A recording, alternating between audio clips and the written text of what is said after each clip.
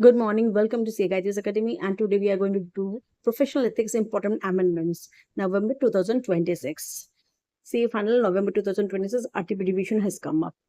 The first amendment, first schedule, Part 1, Clause 9, Appointment of Company Audit. A chartered accountant in practice shall be deemed guilty of professional misconduct if he accepts an appointment as auditor of a company without first ascertaining that the requirements relating to the appointment or removal of the auditor have been duly complied with or not. This amendment update, the provision now expressly recognizes both the Companies Act 1956 and the Companies Act 2013 with specific reference to Section 139, appointment of auditors, Section 140, removal or resignation of auditors. So here the keyword which we have to remember, ascertain compliance before accepting the audit. Okay. Now the second schedule amendment, Part 2, Clause 5, Audit of Companies Non-Compliance. A chartered accountant, whether in practice or otherwise, shall be deemed guilty of professional misconduct if he acts as an auditor of a company in contraventions of the provisions of the Companies Act 2013.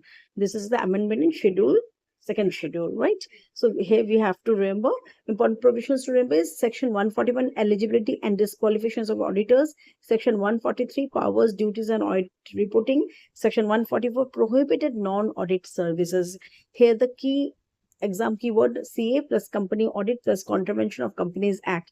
Then clause 5, second schedule, part 2 is attracted. Then third amendment, tax audit limit 60 per member. Maximum limit, member in practice may not accept more than 60 tax audit assignments in the financial year under small audits, Section 44AB.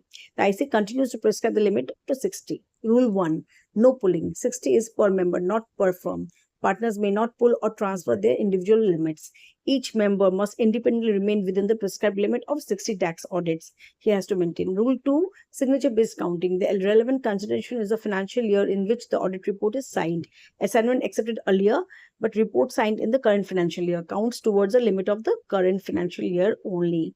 Rule 3, revised reports. Revised tax audit reports are not counted again for the determining the tax limit of 60 audits. And then rule 4, head office plus branches. The audit of the head office and its branches or multiple branches are generally treated as one assignment subject to the applicable ICAI provisions. These are the amendments